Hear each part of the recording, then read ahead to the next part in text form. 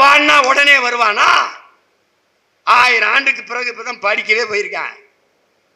வெள்ளக்காரனை ஏத்து சுபாஷ் சந்திர போஸ் வா படைக்கணும்னு வேல்வேல் வெற்றிவேல்னு போனவன் நம்ம வயதான். உடனே எப்படி வருவான்? கீழே போடுனா டப்புன்னு எப்படி போடுவான்? அப்படி வருவான், மெதுவா மெதுவா தான் வருவான். வந்துட்டா உயிரே போனாலும் அங்கேதான் நிற்பான், போனமா விழுந்தாலும் அங்கேதான் நிற்பான்.